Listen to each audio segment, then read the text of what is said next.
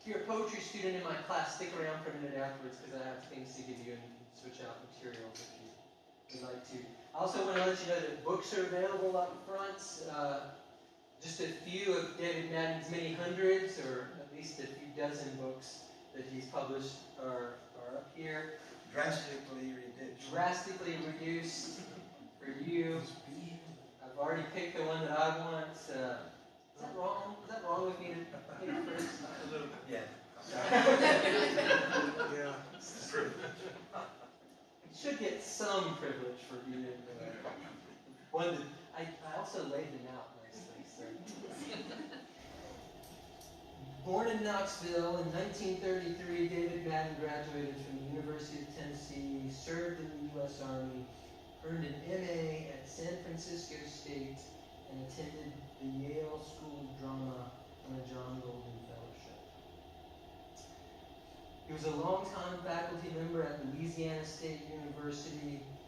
He served as the writer-in-residence, the director of the creative writing program, and the founding director of the United States Civil War Center from 1992 to 1999. He is now LSU's Robert Penn Warren Professor of Creative Writing Emeritus. He's held distinguished visiting faculty positions at such institutions as UNC Chapel Hill, University of Delaware, and Austin Peay State University. In 1961, Random House published Madden's first novel, The Beautiful Greed, based on his merchant seaman experiences. His 1978 novel, The Suicide's Wife, was made into a CBS movie of the week in 1979 and was nominated for the Pulitzer Prize for fiction. As was Sharpshooter, a novel of the Civil War published in 1996. He's published several other novels, several collections of short stories. 5 of his plays have won state and national contests. He's also a Civil War historian, and I noted that a couple of his books about the Civil War are up here on the table, so if that's an interest to you, this would be a good time to get those. After the reading, Mr. Madden will be happy to sign copies, sell copies, and sign copies of his books for you.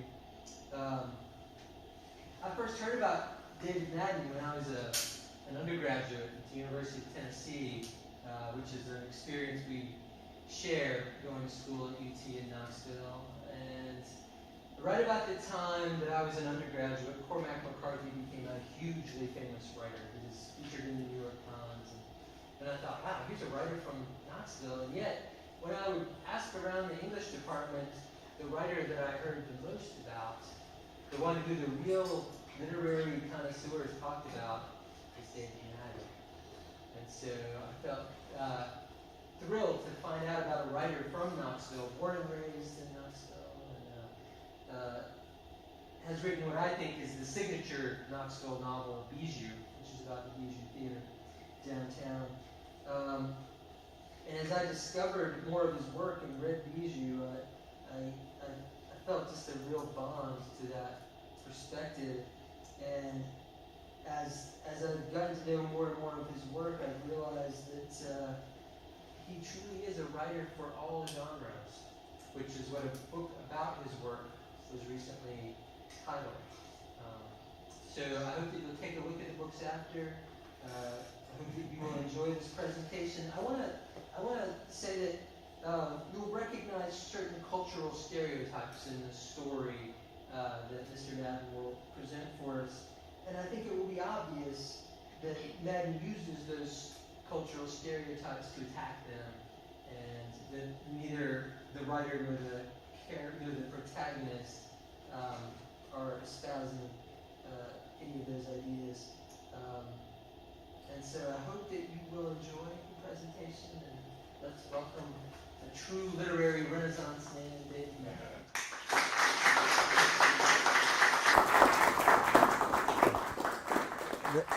This right here is a fine fellow that I'm glad to know. Okay. Thank you. Yeah, thank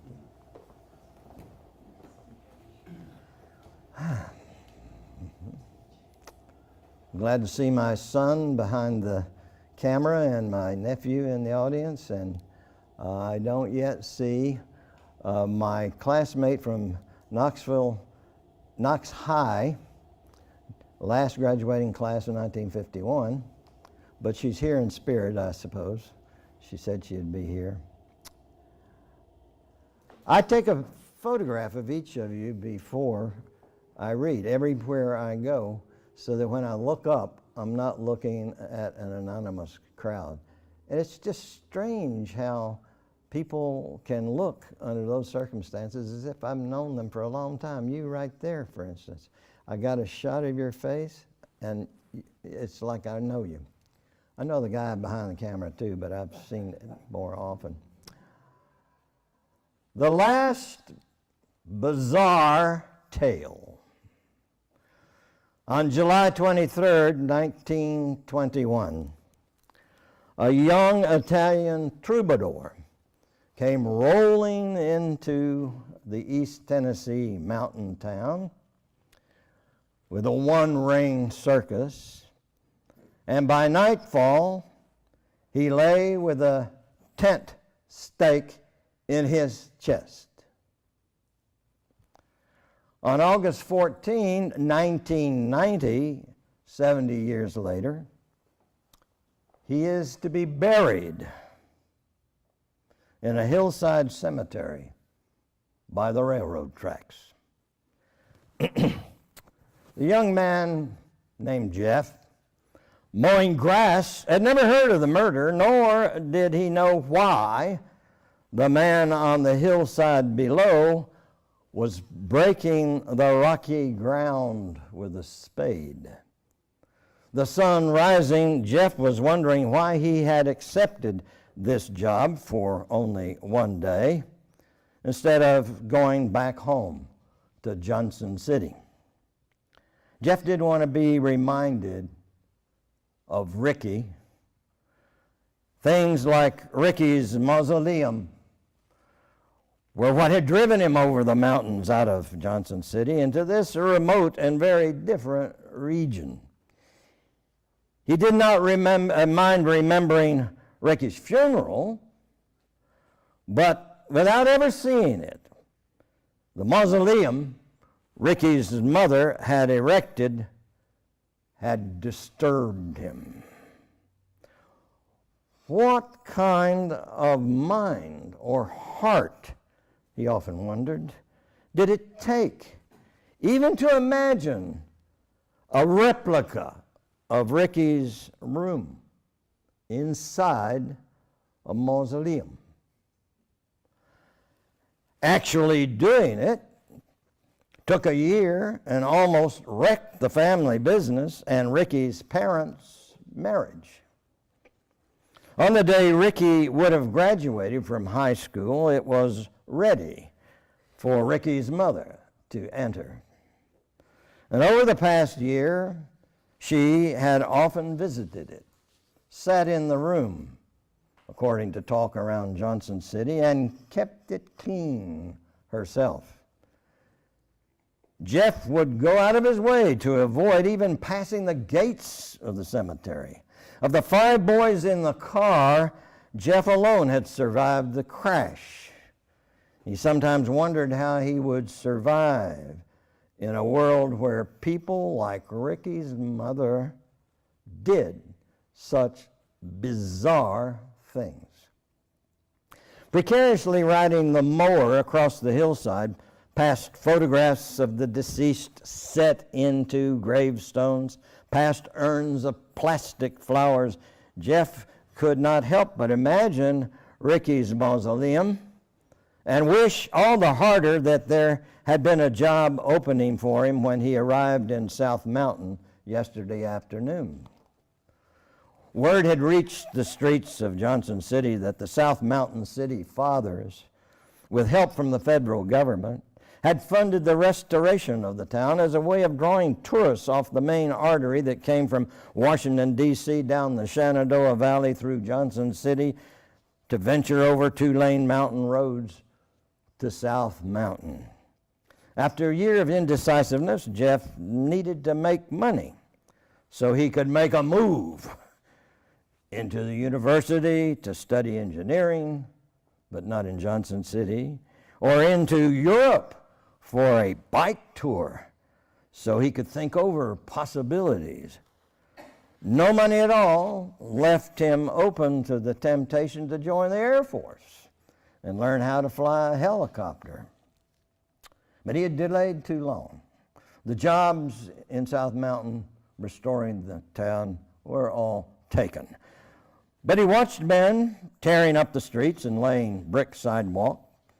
He heard two other men, unemployed, saying they'd rather starve than cut grass in the cemetery on an open hillside in the hellfire of August.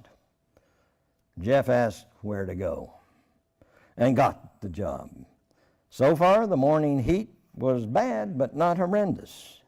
Being forced to imagine Ricky's mother's private freak show in the mausoleum was horrendous.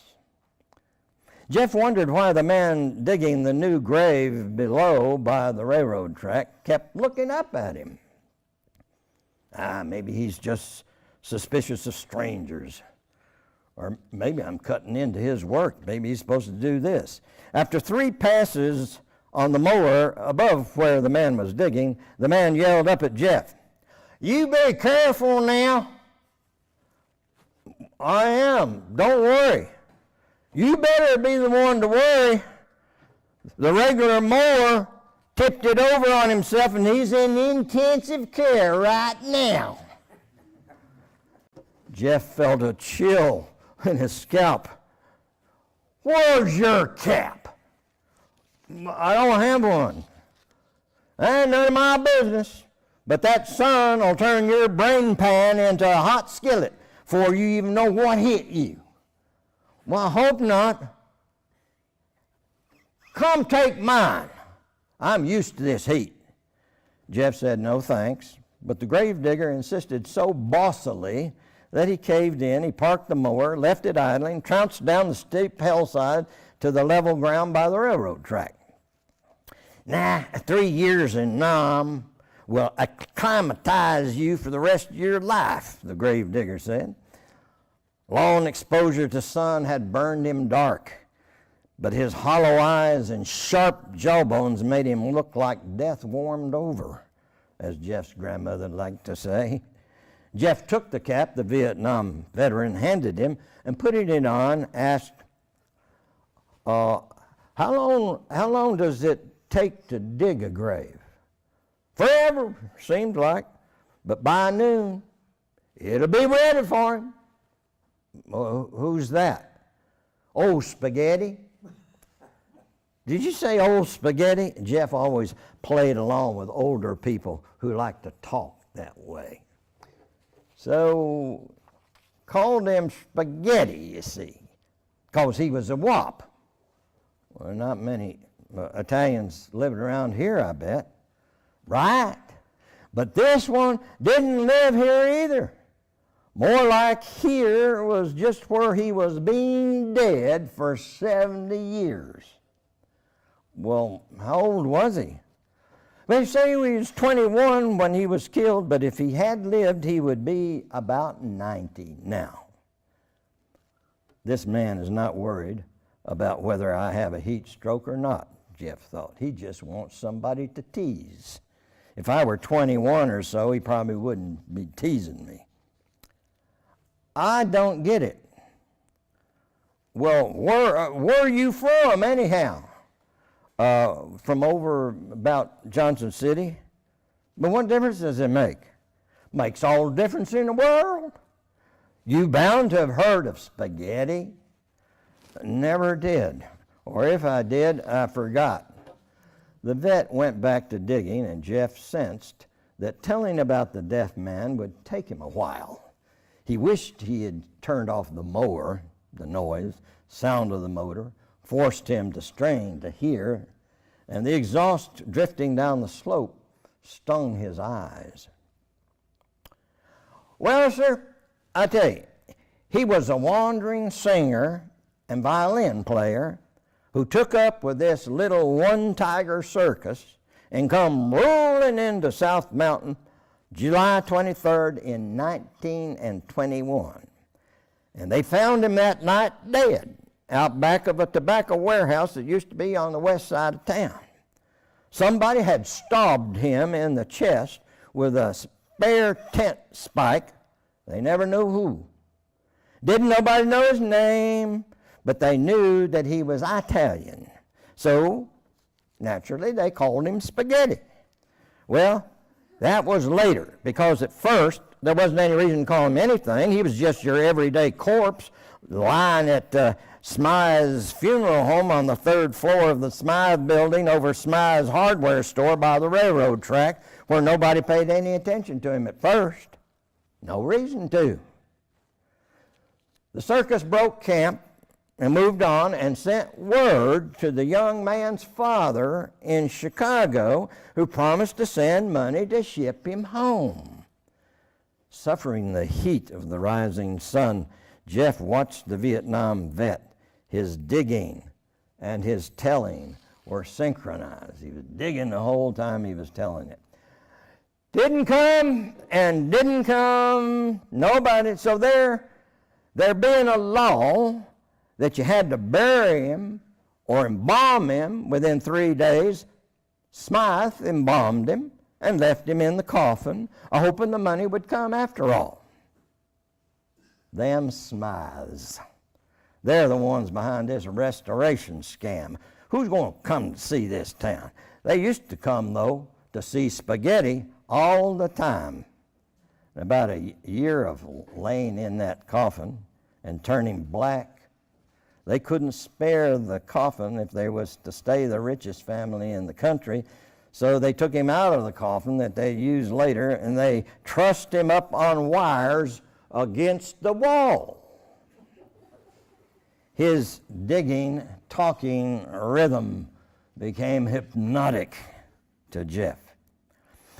So you see, that's how the choo-choo train, curving over the trestle, through its beam, through one bare window and out the other, swooping across the room, exposing, only to the engineer at first, what they called the mummy of South Mountain. That light, like threading a needle. The engineers carried the story from town to town, and, this is a major line, from Richmond, and so it got to be a scary story. That all over in those days, it went all over until the engineers would let you come up there with them in the cab so that you could see what they saw for a price. But the railroad made them cut that out after a few years. And by then, the word was out, and some folks passing through would get out of their cars or off the bus or even off the trains and show up at Smythe's hardware store and ask, could they see it? Old Spaghetti. Why, sure, they could see it, and they'd climb up to the third floor and look at it. And look out the tracks to see how the light they had heard about must have shot through the windows. And those Smythes would ask for a donation to help send Spaghetti back to where he come from. Oh, they say it was a sight. Jeff was appalled by what he was hearing. Did you ever see it? No, I never got to see it, because by the time I come along, they had quit showing it except for a select few, and my folks were not among the select few, and after I had been to Nam and back, I didn't have any desire to look at it. I'd lost my interest in human interest sites like that. So you're digging his grave now. I'm digging old Spaghetti's grave, because the town, you see, wants to turn this town into something cute, and mummies ain't cute no more. And tomorrow, the new mayor and some state representative from Nashville, who's a relative of the dearly departed, and a few others will come over here to the cemetery for a little ceremony, and after the grave settles in about a month, they'll erect a monument to him. Well, do they finally know his name? Yes, well, I heard it, but I don't recall it. You have to stick around or come back and read it for yourself right there where you're standing, because that's where they're going to put the monument. But, oh, no, don't move. You're casting a nice shady shadow on me out of the heat. Well, what I don't understand, what don't you understand? What? What? You mind if I ask? No, just run up there and turn off that damn mower. My nerves is frayed enough just on general principles, and that smoky exhaust is too much. And Jeff wanted to do it, and he was glad to do it, and he did it. Now, what is it that you don't understand about this? Well, how the law would let them do it, for one thing. Do what?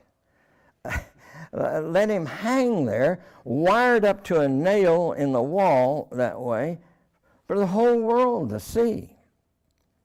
Them smize.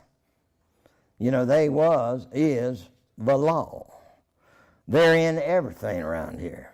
Some say they're even in the Klan. Guardian of morals, right up to now. They want to censor the school books, and but didn't the singer's father ever send for him?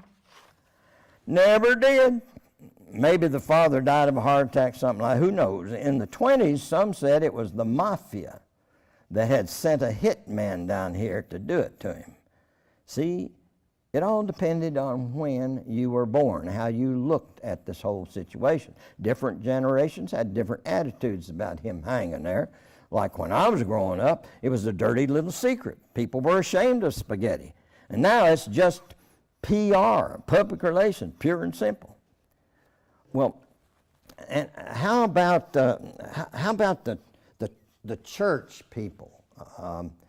Isn't it blasphemous or sacrilegious or something like that not to bury somebody?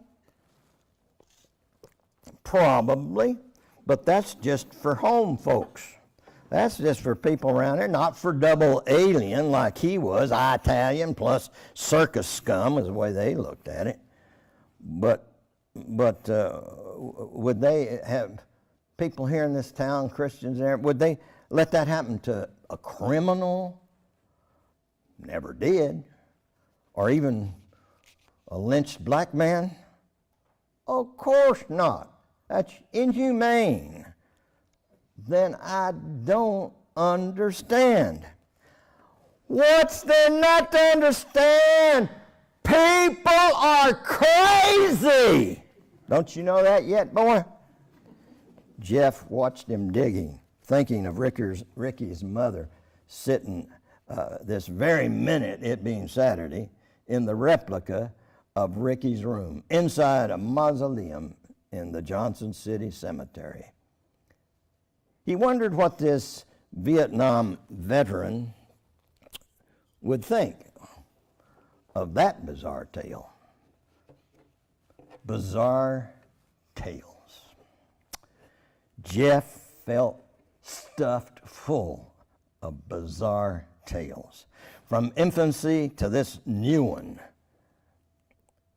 The bizarre, violent past. The Civil War tales, the World War I tales, the World War II tales, the Korean conflict tales, the Vietnam stories on TV that he could now barely remember, the folksy tales of the Southern Appalachians full of cruel jokes, backdrop to the blandness of the past 10 years of his own life, the blank of his future, a profession in engineering, helicopter school inspired by this gravedigger's era, a bike trip through Europe on an off-the-deep-end impulse. A crazy world to have such people as these South Mountain people in it. All those generations of mummy show-offs. Yeah, boy, the sooner you realize that people are crazy, the better off you'll be. Well, hearing this story doesn't really make me feel any better off, I can tell you. It's just a story. No, it's not just a story. That man once breathed this same air like you and me. First, somebody murdered him, and then the whole town took away his dignity as a human being. A corpse ain't got no dignity. Now listen to what I'm telling you. You see this hole I'm digging? All corpses go in a hole, just like this hole, or they burn and blow away. Get used to it, boy. Well, don't it make you feel bad thinking of him all those years naked on exhibition like a freak in the sideshow? Well, why would it make me feel bad? And he wasn't naked, totally. The vet handed Jeff the shovel. Here, hold this a second. He pulled out his wallet and dug into it and came out with a photograph. See? Jeff saw an almost naked, very skinny, coal-black man with a huge white smile, and he wore a kind of diaper. What's this? Well, see, he's wearing a thing like an Indian to hide his ding-dong of doom. That's old spaghetti? Jeff regretted saying his nickname out loud. He looks so real. Used to be a lot of barroom jokes about what sex he was, because he's covered there, and the writing on latrine walls, even in my grammar school, I remember. Mr. Smythe had to keep his eye on the kids, keep them from doing stuff. But hell, the Smythes tell it that they caught some of those high society ladies peeking up under the flap to see what it looked like after all that time. Well, who's that standing beside him in the picture? That's my only surviving picture of my daddy. Your daddy? Why would he want to take a picture standing beside to show off to his buddies in his outfit? He was home on leave. That's the only picture I have of him. He was killed in the invasion of Salerno. Jeff wondered whether the vet showed the photograph to his own buddies in Vietnam as a joke. He wanted to ask, hoping not. Jeff handed the gravedigger his shovel. Well, hold it till I get this picture put away. The vet put the photograph back in his wallet, took the shovel, and continued to dig. Nauseated by the heat and lack of food and the last bizarre story he ever wanted to hear, Jeff started to walk away. So now, do you understand? No. What more do you want to know? Nothing. Don't go away, man.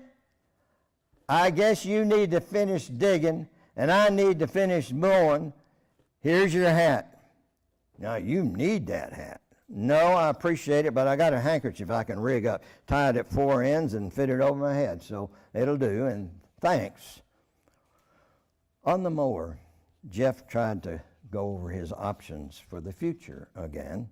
Imagine how each might look, but the young Italian singer stayed on his mind. He tried to fend off the images and thoughts of the murder and the desecration that followed year by year.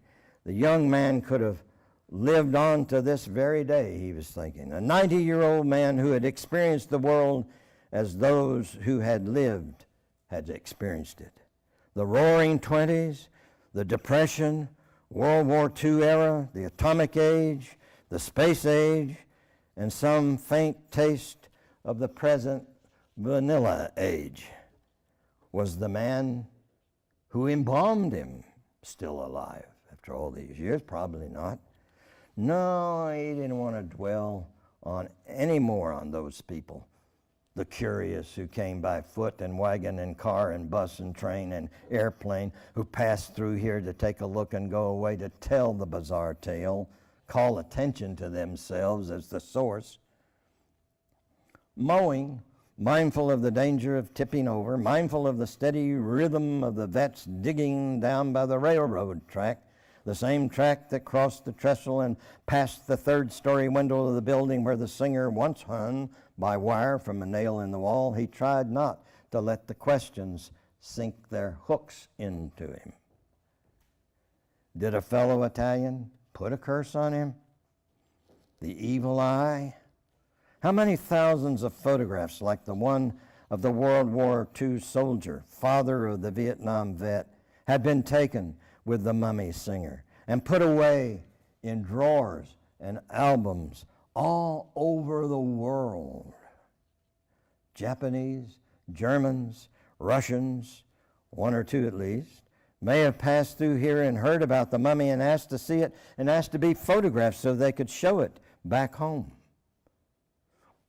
Wasn't it a violation of all known burial rites or rights in the recorded history of mankind? And yet he vaguely remembered that one of the bizarre tales his kin thrived on had been about the custom of hanging the family dead in remote mountain villages in the barn in cold weather until the ground was soft enough for grave digging. And didn't one man keep his wife hanging in the barn because he hadn't the heart to part with her? Or had he dreamed that? And yes, they had in one town many long years ago hung a lynched black man in the show window of a millinery shop on the town square for public display. Asheville, he thought, but only for 3 days, not for 70 years. Why were other unclaimed bodies not treated that way? Thousands of funerals and decent burials over the many decades had taken place in this town while the singer hung naked. Grave robbers and cemetery vandals have been sent to jail over the years. The banality of evil, he had heard that somewhere about the Holocaust and why and how it could have happened. Maybe he was thinking, maybe I shouldn't judge them by present day standards. But he didn't want to condone that prolonged act of desecration. If he was to live in this world, he needed to understand how such things happened. Something in human nature made it possible? What? Too blazing hot to think. He would be delirious before he realized it. But he could not stop trying to see. The vet had talked about generations. Something happens to each generation. The generation in place when the singer was murdered allowed a process to get started so that in the Depression years, the original generation had been displaced. Time the neutralizer had dehumanized them, made them into cliches, stereotypes, all the people and the singer with them, turning him into old spaghetti, a joke, Jeff thought. But underneath it all must have been a steady sense, like the one he felt now, of nausea. Time displaced the mummy too. And people living here and coming through here could think of him in the same way you think of the Egyptian mummies on display in the Museum of Natural History in Washington, D.C. The present generation, though, feels shame, wants to bury the past, but it comes too late to rectify. Rest in peace among the unloving living who are all in love with death. Jeff stopped the mower. He had moved aslant, not straight across. He shut off the motor of the mower. He staggered down the hillside to the gravesite where only the Vietnam veteran's cap showed above the rim of the grave he had dug so deep. Hey, you scared me half to death, the vet was putting on. Do me a favor, tell the keeper of the cemetery here that I quit and that he doesn't owe me anything. See ya.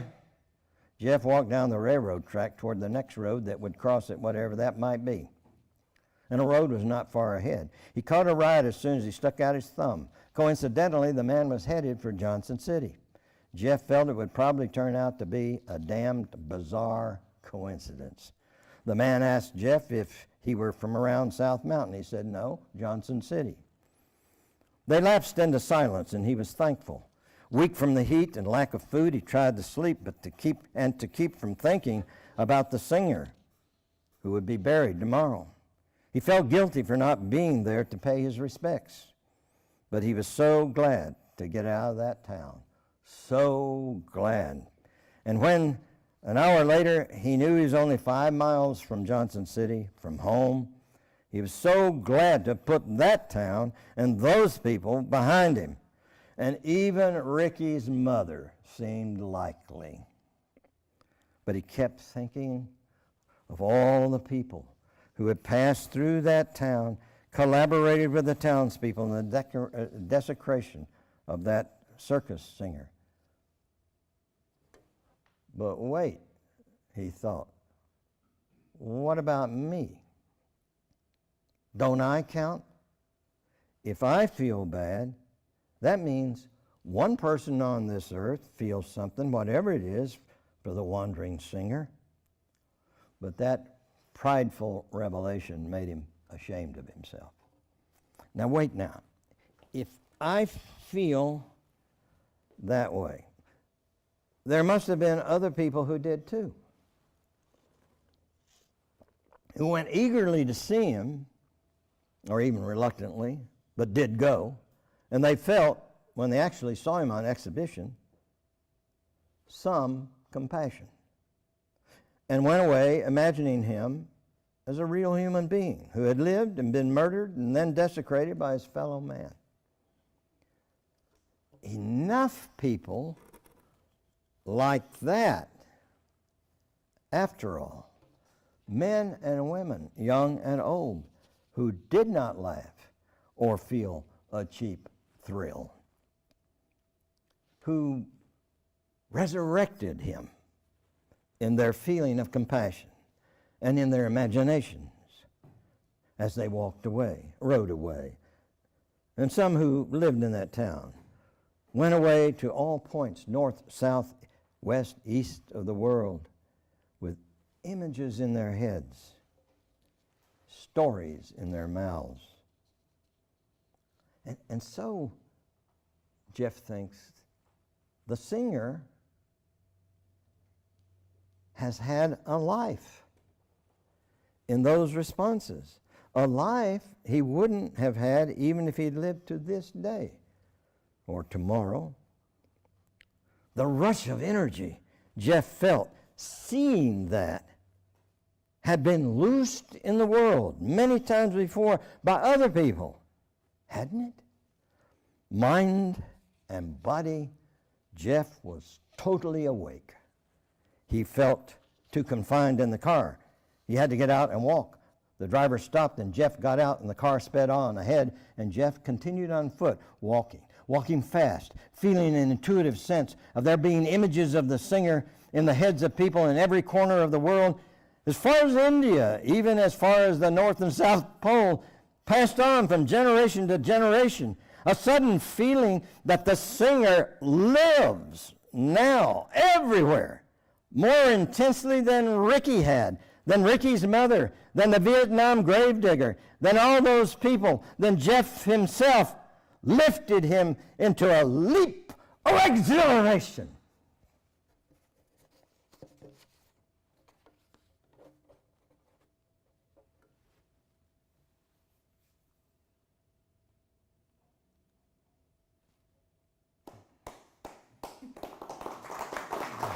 Thank you.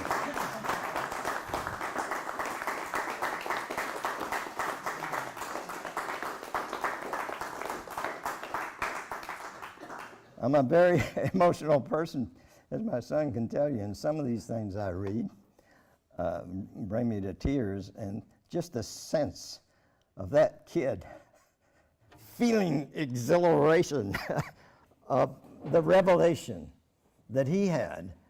And in a way, I like to feel when I wrote it this is something I really want to communicate to you all, to everybody in this, through the story. But in a sense, I had created a fairly unique human experience. That kind of a vision, a tapping into what Jesse reminded me, one of my favorite phrases that was ringing in my head when my son woke me before he went to school, that had been repeated in my mind as I was half asleep. The world's one breathing may at first attain true time. And it's as if he had, I'm thinking of this now, I hadn't thought of it before, but just in your presence, he had tapped in to that phrase that is now 55 years old, and I feel the same, a similar exhilaration. So I really thank you. That silence, you know I was finished, but you didn't. I'm sorry, I'm also vain. I have to think of Lincoln at Gettysburg. He thought the silence meant that he was terrible. He had only gone on for 13 minutes or so, and the other guy, whoever that was, had gone on for 3 hours at Gettysburg. And he told his wife, they thought it was terrible. And there was this great rush. I've been really looking forward to this. I was an agnostic for 50 years, and I've been a Christian again for 20. And I called on the Holy Spirit. I said, I want to really read this story the way I've always wanted to read it. I've read it only 3 times before, maybe 2. And I sort of caught it, but there's something about this room, these people, the people I know and have just met, that makes me feel I got closer than ever to every word. And I thank you.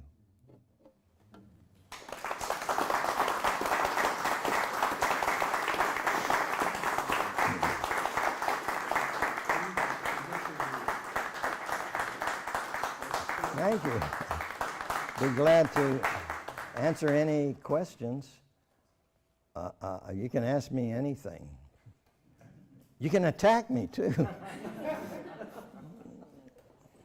I just got a quick question. First of all, thank you very much. It was very moving. Thank you. I felt really engaged. I guess this may be more of a technical question, but Yeah. as from the point of view of the narrator of the story, who describes the events and the dialogue that goes on, I get all that. But how does the narrator move into the mind of Jeff to say he thought that, or he felt that, or wondered that? You mean, how does he do that? How does the narrator have that kind of omniscience? Well, I've done this without saying he thought. I put in he thought tonight. In the script, it's not he thought. It is assumed that in context, this line that you're hearing must be in his head. And I've done a whole novel called The Suicide's Wife, which is one copy up here, in which I do that, and it really threw the copy editor who put quotation marks around every one of them. And she said, did I get them all? And I said, yeah, and would you take them all out, please? So it's a technique I use, and I've used it since in it's the most recent novel, Abducted by Circumstance, from a woman's point of view.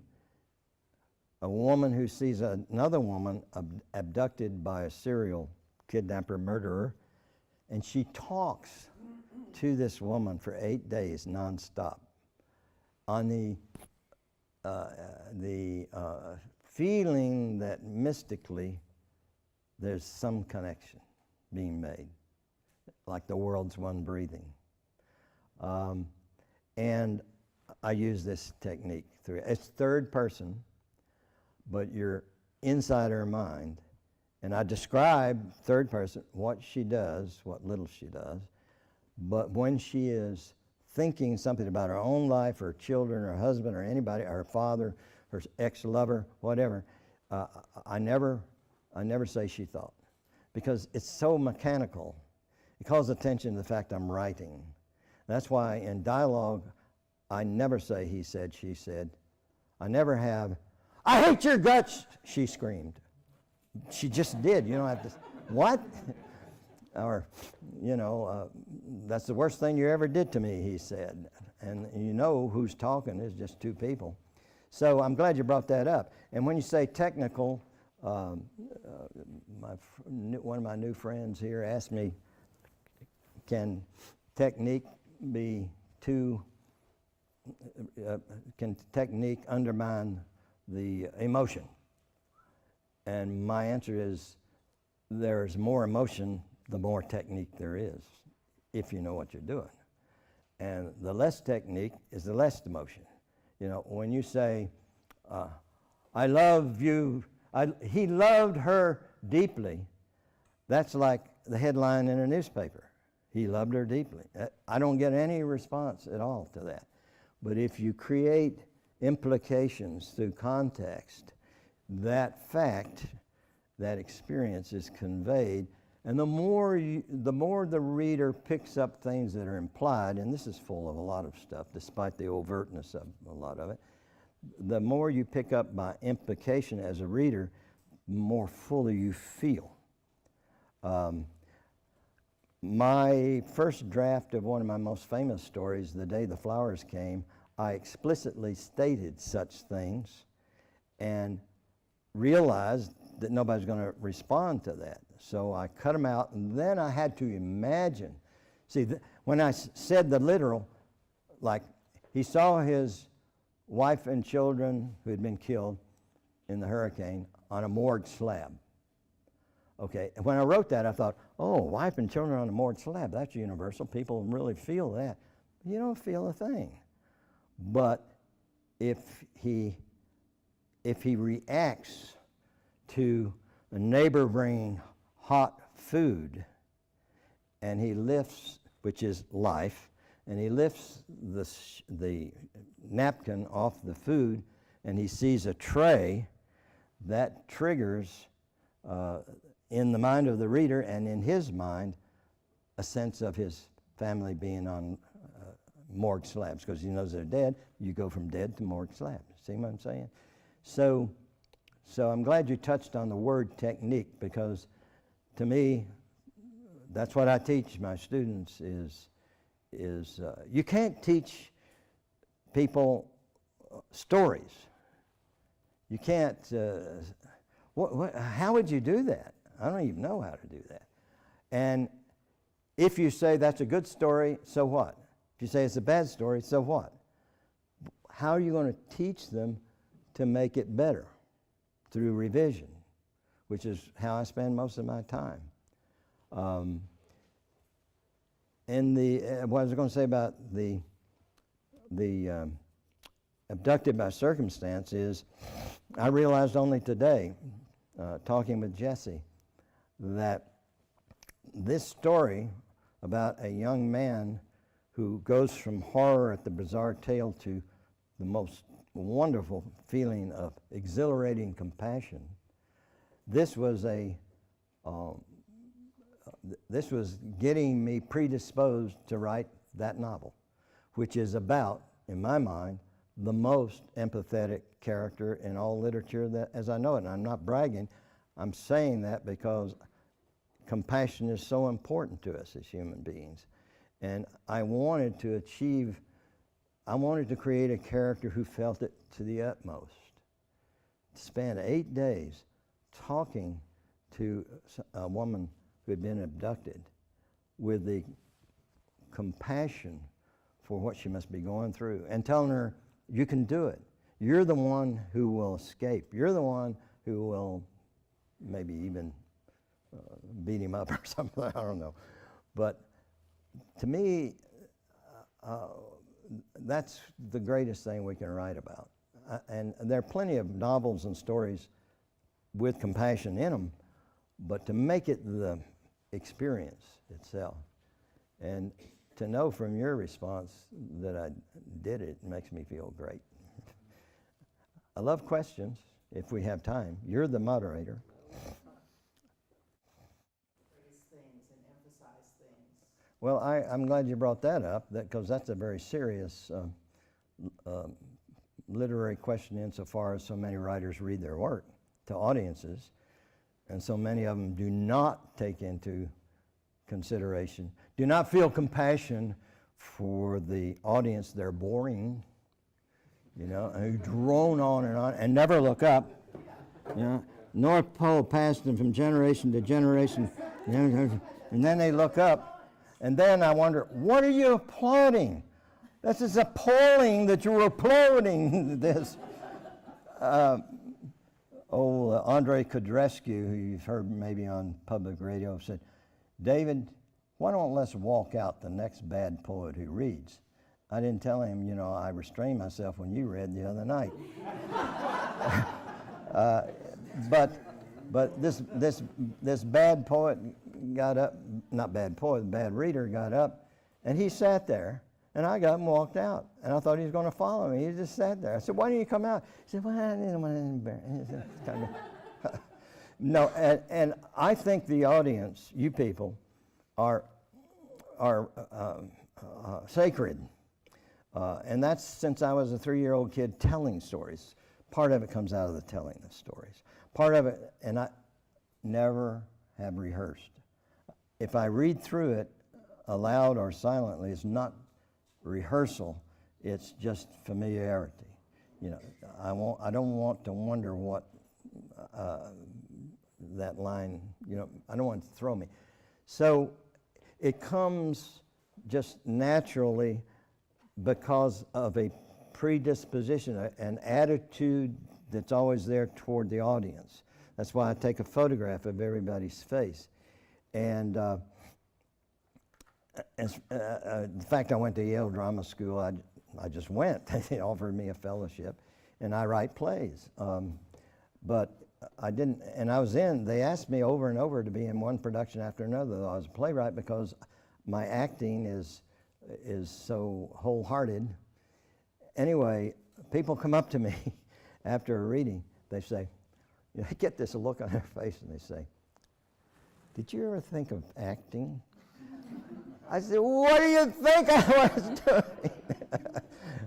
Yeah, that is really why I do it.